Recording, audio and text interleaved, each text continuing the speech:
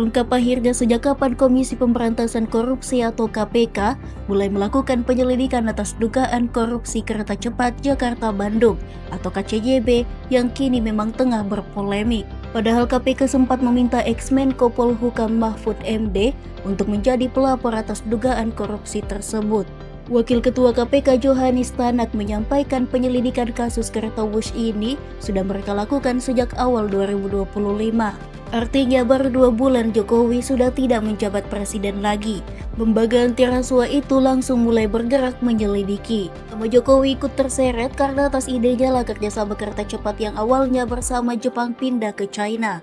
Karena perpindahan kerjasama itu, bunga pinjaman yang awalnya hanya 0,1% dengan Jepang berubah jadi 2% hingga 3,4% karena pembengkakan biaya dengan Tiongkok, yang berakibat kerugian besar dan kini harus menanggung utang dengan tenor sampai 60 tahun lagi. Kemudian Mahfud membongkar dugaan markup anggaran proyek kereta itu. Meski Presiden Prabowo Subianto sudah menegaskan akan menanggung utang itu, KPK tetap akan menggelar penyelidikan atas dugaan tindak pidana korupsi. Tanak mengatakan jika memang nantinya terbukti terdapat indikasi korupsi dalam proyek Wush, KPK juga akan melaporkan kepada Prabowo, katanya kepada jurnalis di Gedung Merah Putih KPK, Jakarta Selatan, Rabu 5 November 2025. Tanak mengatakan sampai saat ini penyelidik masih melakukan penyelidikan untuk mengumpulkan informasi yang mengarah pada tindak pidana korupsi.